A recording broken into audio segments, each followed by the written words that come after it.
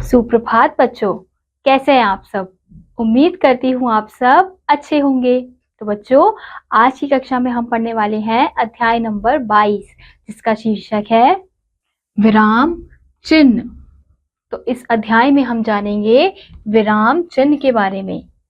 विराम का अर्थ है विश्राम, रुकना अथवा ठहरना। बोलते समय हम अपने भावों को ठीक प्रकार से प्रकट करने के लिए हम अनेक स्थानों पर रुकते हैं, इसी को विराम कहते हैं। इसी प्रकार लिखते समय भावों के अनुसार विराम लेने के लिए कुछ चिन्ह निर्धारित किए गए हैं, जिन्हें विराम चिन्ह कहा जाता है। तो इस प्रकार हम कह सकते हैं, लिखते समय रुकने की प्रक्रिया को स्पष्ट करने के लिए जो चिन्ह प्रयुक्त होते हैं उन्हें विराम चिन्ह कहा जाता है। यानी कि जो भी हम बोलते हुए हम ठहरते हैं, रुकते हैं, तो वो किसके अनुसार रुकते हैं? विराम चिन्हों के अनुसार रुकते हैं। अब अगला है हमारा हिंदी के प्रमुख विराम चिन्ह। हिंदी में प्रमुख विराम चिन्ह निम्नलिखित हैं। तो पहला है, यहाँ पे हमें विराम चिन्ह के नाम दिए गए हैं और यहाँ पे उनके जो चिन्ह है वो दिए गए हैं। जैसे पूर्ण विराम का चिन्ह इस प्रकार का होता है, अर्ध विराम होता है जिसका विराम चिन्ह ये होता है, अल्प विराम, फिर प्रश्नवाचक, विस्मयादि बोधक चिन्ह, उद्धरण चिन्ह, कोष्ठक चिन्ह, निर्देशक चिन्ह, विवरण चिन्ह और लाघव चिन्ह। तो ये थे बच्चों हमारे कुछ विराम चिन्हों के नाम। अब हम जानेंगे इनके बारे में। तो सबसे पहले आएगा पूर्ण विराम चिन्ह। पूर्ण विराम चिन्ह का प्रयोग वाक्य के अंत में किया जाता है। यह वाक्य की पूर्णता प्रकट करते हैं। जैसे मैं बाजार जाता हूं, तो हम यहाँ देख सकते हैं कि एक वाक्य जो है वो पूरा हो चुका है, तो उसके बाद विराम चिन्ह का प्रयोग, पूर्ण विराम चिन्ह का प्रयोग किया गया है। ऐसे ही अगला है अल्प विराम चिन्ह। समान पदों को अलग करने के लिए, एक स्थान पर प्रयुक्त नामों को अलग करने के लिए उद्धरण चिन्ह से पूर्ण तथा हाँ और नहीं के पश्चात अल्प विराम का प्रयोग किया जाता है। जैसे सोनू, मोनू और गोलू फिल्म देखने गए हैं। तो हम यहाँ देख सकते हैं अलग अलग नामों को प्रकट करने के लिए अल्प विराम चिन्ह का प्रयोग किया गया है। ऐसे ही अगला है प्रश्नवाचक चिन्ह। जिस वाक्य में कोई प्रश्न पूछा जाता है उस वाक्य में अंत में प्रश्न सूचक चिन्ह का प्रयोग करते हैं। जैसे तुम कहाँ जा रहे हो, तो हम यहाँ देख सकते हैं कि इस वाक्य में प्रश्न पूछा जा रहा है, इसलिए इस वाक्य में किसका प्रयोग किया गया है? प्रश्नवाचक चिन्ह का प्रयोग किया गया है। ऐसे ही अगला है विस्मयादि बोधक चिन्ह।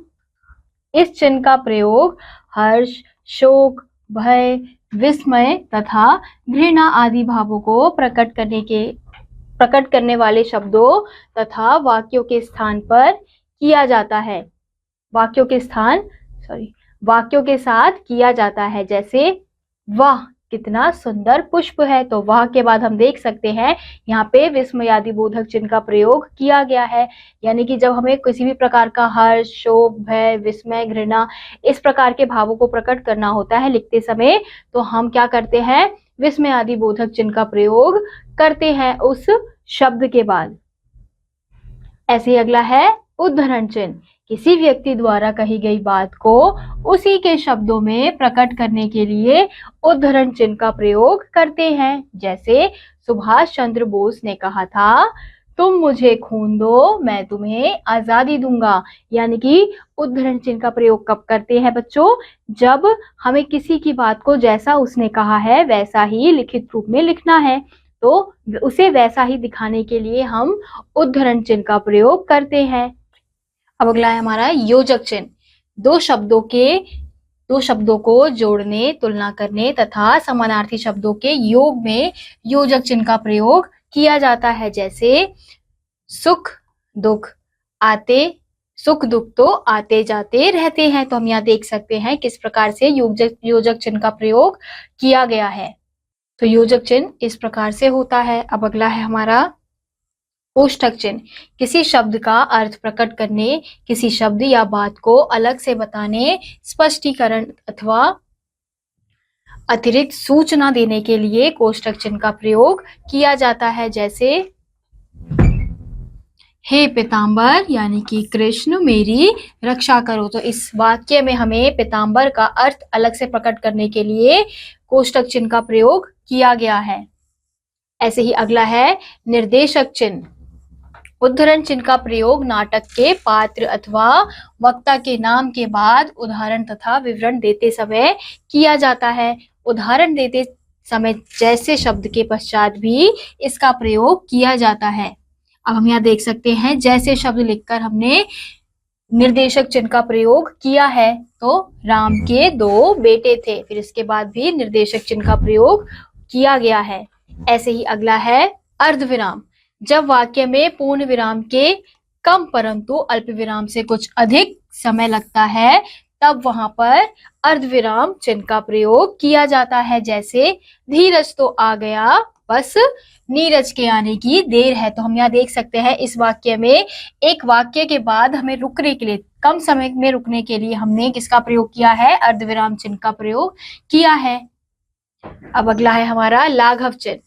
किसी शब्द को संक्षेप में लिखने के लिए लाघव चिन्ह का प्रयोग किया जाता है। लाघव चिन्ह का प्रयोग शब्द के पहले वर्ण के साथ किया जाता है। जैसे डॉक्टर। अब हम यहाँ देख सकते हैं डॉक्टर शब्द लिखने के लिए, डॉक्टर शब्द का संक्षिप्त यानी छोटे रूप में लिखने के लिए डॉक्टर का डॉ और उसके बाद लाघव चिन्ह का प्रयोग किया गया है। ऐसे ही शब्दों को संक्षिप्त में लिखने के लिए हम लाघव चिन्ह का प्रयोग करते हैं। ऐसे ही अगला है विवरण चिन्ह। किसी बात को समझने के लिए अथवा निर्देश देने के लिए विवरण चिन्ह का प्रयोग किया जाता है। जैसे दूध से निम्नलिखित चीजें बनती हैं। तो दही, मक्खन, छाछ, घी, लस्सी, पनीर। तो अब इसके बाद हमने इस वाक्य के बाद हमें इसके उदाहरण देने थे, एग्जाम्पल्स देने थे। तो उस ऐसे वाक्यों के लिए हम विवरण चिन्ह का प्रयोग करते हैं। फिर उसके बाद आते हैं हमारे त्रुटिपूरक या हंसपद चिन्ह।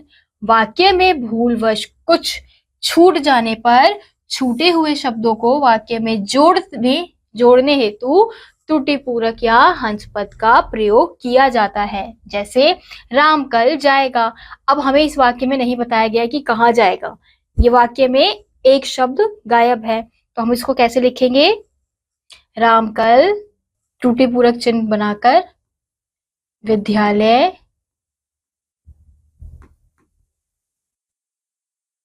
जाएगा। तो इस प्रकार से हम वाक्यों में त्रुटिपूरक चिन्ह का प्रयोग करते हैं। तो बच्चों, इसी के साथ आज का यह अध्याय यहीं समाप्त होता है। उम्मीद करती हूँ आपको यह अध्याय समझ आया होगा। मैं आपसे मिलूंगी अगली कक्षा में। तब तक के लिए नमस्कार।